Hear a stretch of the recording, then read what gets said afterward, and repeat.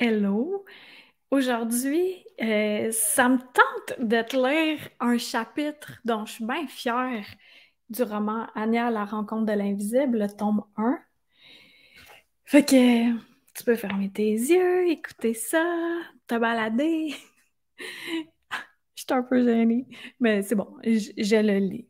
Pour ceux qui me connaissent pas, je suis Karine Deneau, autrice conférencière, coach spirituel et drôle d'illuminé. Puis j'écris des romans, des formations en ligne, etc. Et ça, c'est le tome 1. Il y a le tome 2 également. Puis là, ben, je te lis le chapitre 17. Je sais pas pourquoi ça me... Je suis gênée. C'est bizarre. En tout cas, hey, je rougis. Bon, je prends mon souffle et je te fais la lecture. Tout à coup, il s'arrête de marcher net sur le sentier pour mettre sa main de travers, me signifiant d'arrêter également. Une biche broute de l'herbe à quelques mètres de nous. Gabrielle s'incline devant elle, met un genou par terre, son poing droit sur son front en guise de salutation. La biche s'arrête instantanément de brouter, relève la tête, les oreilles en l'air pour tout entendre, tourne la tête vers Gabriel en le regardant avec ses beaux yeux grands foncés. Avec mon troisième œil, je vois un cylindre énergétique se former entre eux. Le contact visuel établi, il la salue d'un signe de tête. Elle fait de même, comme si elle était hypnotisée, puis retourne à son occupation normale, soit brouter de l'herbe. Abasourdi, la mâchoire par terre, j'ai de la difficulté à en croire mes yeux. Voyons donc qu'il réussit à saluer un animal sauvage. On dirait une scène tirée de Walt Disney. Je lève la main pour lui faire un high five.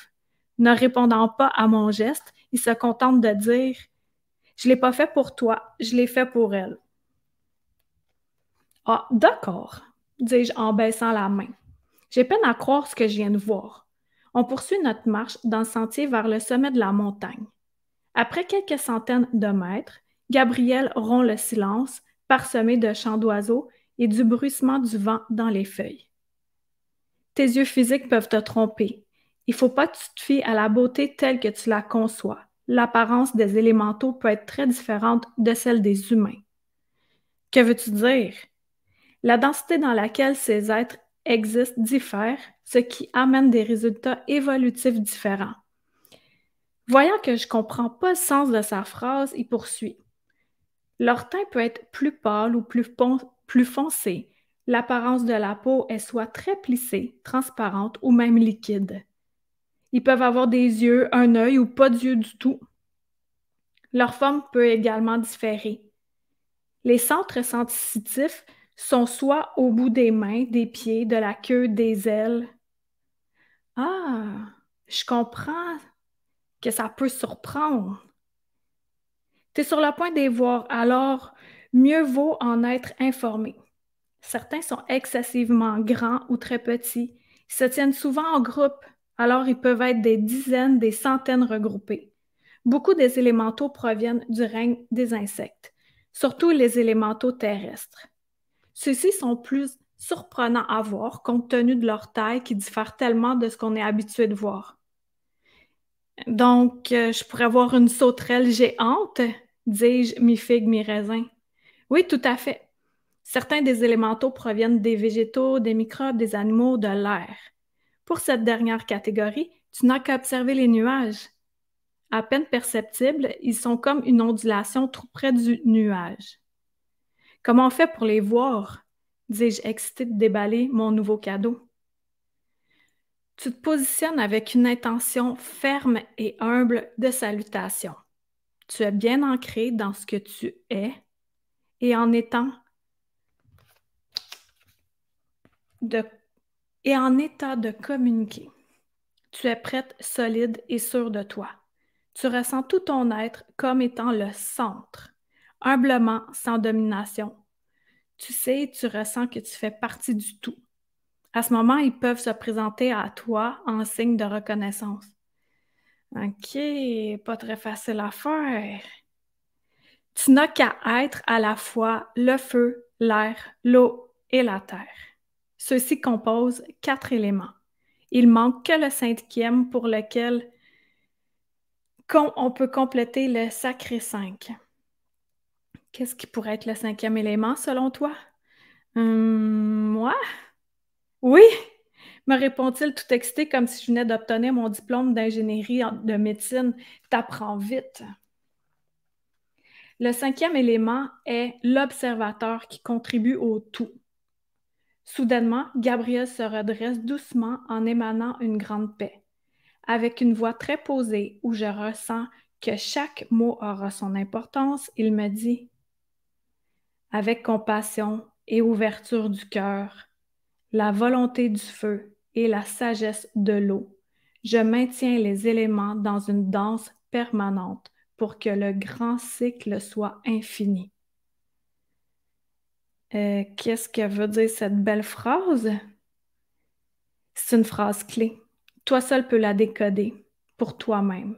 Il faut que tu sois à la fois l'observateur, le feu, l'air, la terre et l'eau. En entrant dans une forêt, tu dois être l'arbre. En te baignant à la mer, tu es le récif. Près de la rivière, tu es le tourbillon à la base de la chute.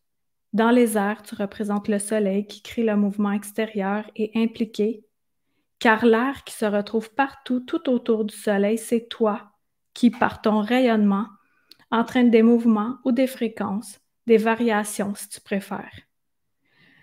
Ouh, ça fait beaucoup à assimiler d'un coup. Les humains n'ont pas la capacité d'interpréter et d'interférer la somme de ce qui leur est enseigné. La vie de tous les jours leur rappelle ce qui leur a été enseigné en rêve. Ah, ça me rappelle un rêve où toutes les plantes et toutes les fleurs étaient d'une couleur fluo vibrante. Le ciel était d'un beau noir brillant. Même si c'était foncé, l'énergie qui s'en dégageait était très lumineuse. J'ai beaucoup apprécié, je m'y sentais confortable. Et si je te disais que ce rêve est l'endroit d'où tu viens? C'était familier, tu avais l'impression de t'y retrouver facilement. Même si tout était étrange, pas comme sur la Terre, tu avais l'impression de bien connaître cet endroit. En effet, ce qui m'avait davantage surprise était la température, comme s'il faisait rien, ni chaud, ni froid, ni humide, parfaitement parfait. Genre de journée idéale. Là d'où tu viens, la température est toujours la même. Voilà pourquoi tu as tant de difficultés à t'acclimater aux gros changements de température que le Québec te fait vivre. Ce n'est pas par caprice, c'est ton souvenir qui fait surface et qui trouve saugrenu d'avoir à subir de si grands écarts.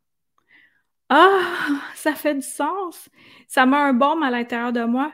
Je suis comme tout émue et à la fois reconnaissante. Merci infiniment pour ces précisions.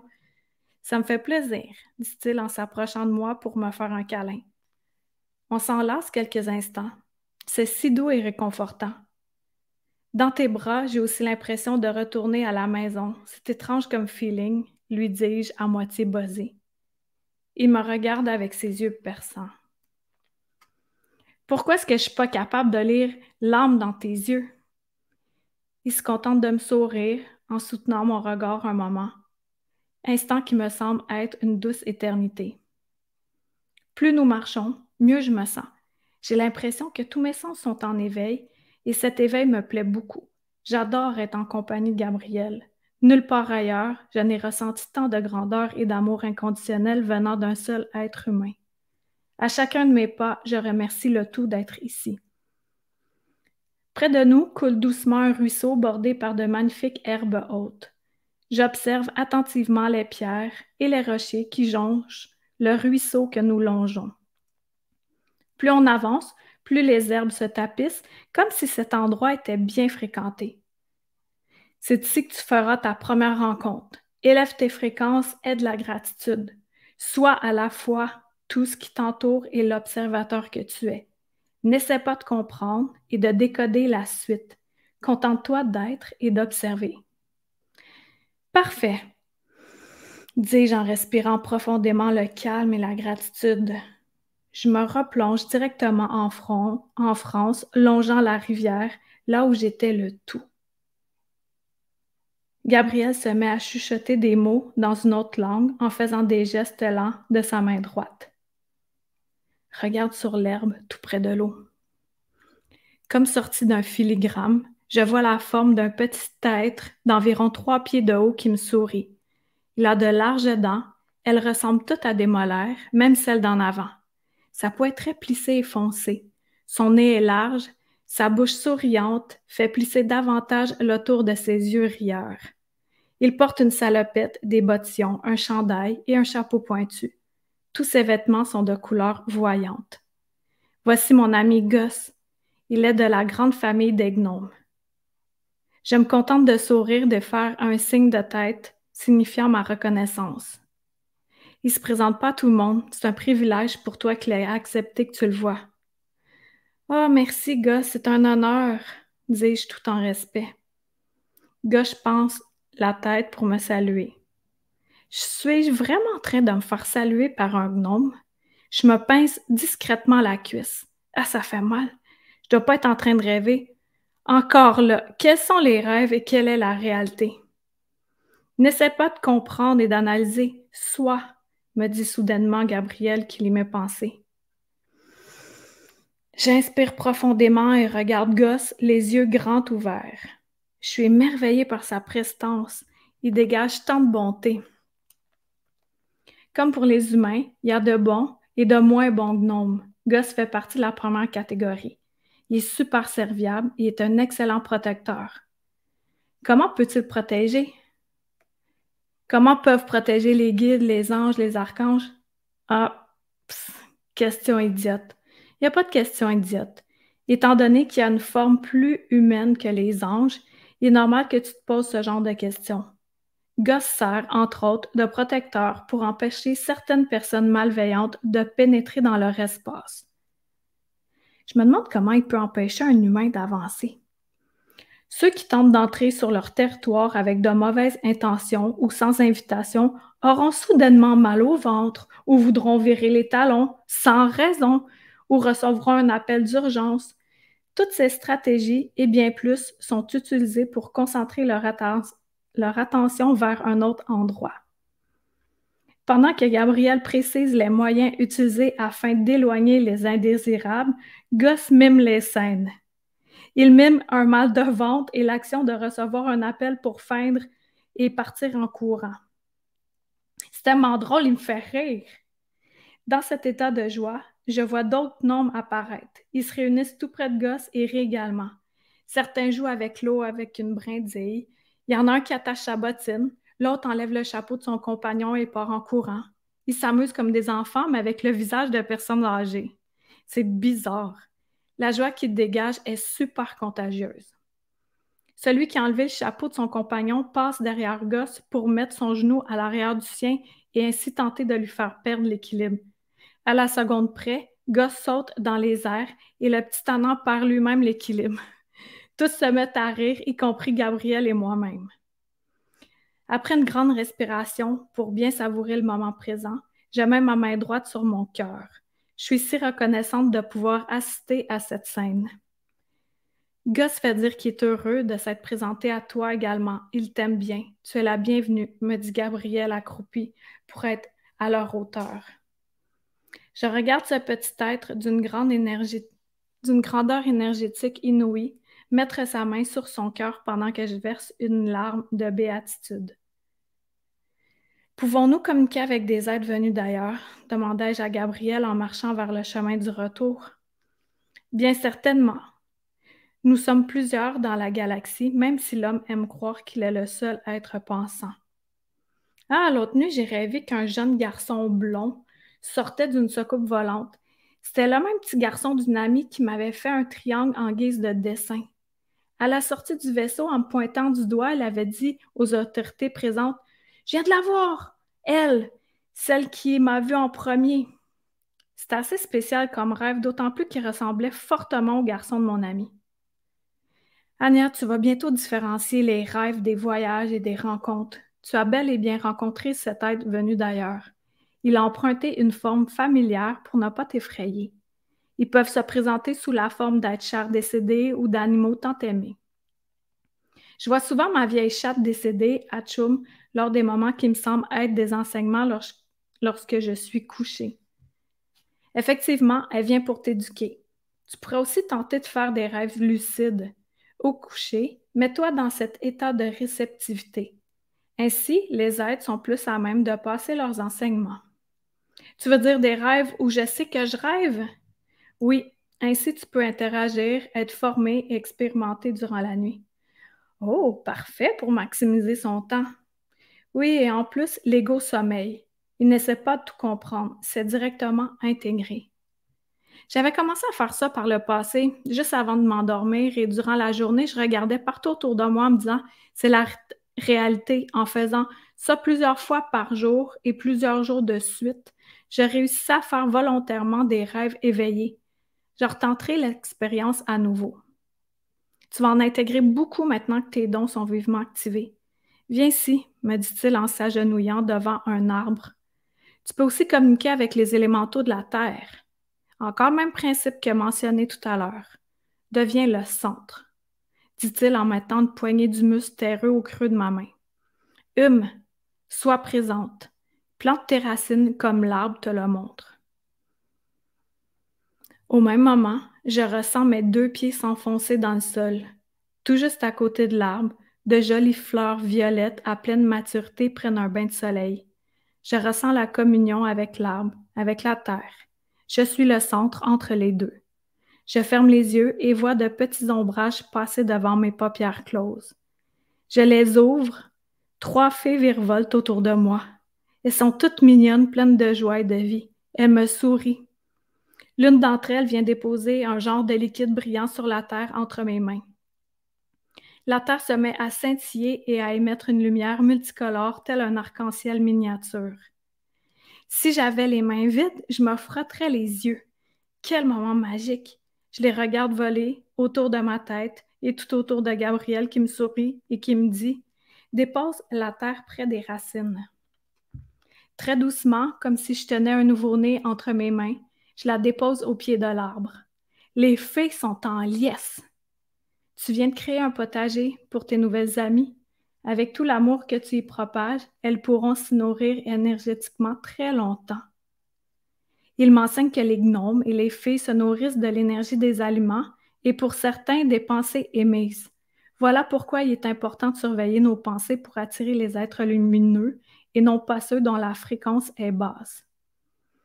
Elles vont s'y nourrir combien de temps? Souviens-toi que le temps n'existe pas en haute fréquence. En temps humain, des dizaines et des dizaines d'années. Pendant que je m'amuse à les regarder et à les imaginer dans le futur en train de se nourrir, elles disparaissent les unes après les autres. Tu n'es plus au centre. Au présent, Anya, me dit Gabrielle sur un ton enseignant. Dès que je décroche du moment présent, mes fréquences changent et puis j'ai plus accès à cet espace-temps de son plan dimensionnel. C'est exact, me répond-il, le regard rempli de satisfaction. Viens, on redescend. C'est suffisant pour aujourd'hui. Puis, qu'est-ce que t'en as pensé? C'est beau, hein? Fait que c'est ça, c'est ce genre de monde-là dans Anya, la rencontre de l'invisible, tome 1. Ça, c'est la 2e édition.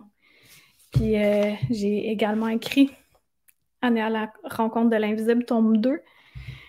Les deux sont disponibles. Je vais mettre le lien sous la vidéo si tu veux plonger dans un monde magique comme ça où on peut pas vraiment savoir qu'est-ce qui est vrai, qu'est-ce qui est faux. Puis je l'ai laissé intégral comme ça, un petit peu bafoué ici et là. Oh, si c'était juste en audio, j'aurais pu recommencer. Mais là, étant donné que c'était en vidéo, je l'ai laissé comme ça, parfaitement imparfaite. Mais l'essence est là. Avant, je ne me serais pas permise de laisser ça tel quel. J'avais trop le souci de perfection dans le tapis. On perd du temps à essayer d'être parfait. Fait que, étant donné que ça n'a pas trop accroché, je me dis « It's alright ». Fait que j'espère que tu as apprécié ce moment-là. Puis partage-le à quelqu'un qui aime lire, à qui ça peut faire du bien, quelqu'un qui veut s'ouvrir à la spiritualité de manière facile. C'est des romans. Il n'y a personne qui va te juger de lire des romans. Là, c'est facile, tu sais. Puis quelqu'un qui est bien ouvert à la spiritualité, Ben, t'apprends, il y a plein de lignes initiatiques, comme tu as pu remarquer. C'est assez évident. T'en as, il y en a des tonnes là-dedans. Fait que, voilà, je te dis merci. Abonne-toi à ma chaîne YouTube, puis écris un commentaire, s'il te plaît, n'importe lequel, qu'est-ce que ça t'a fait vivre. Puis on se dit à bientôt. Ciao!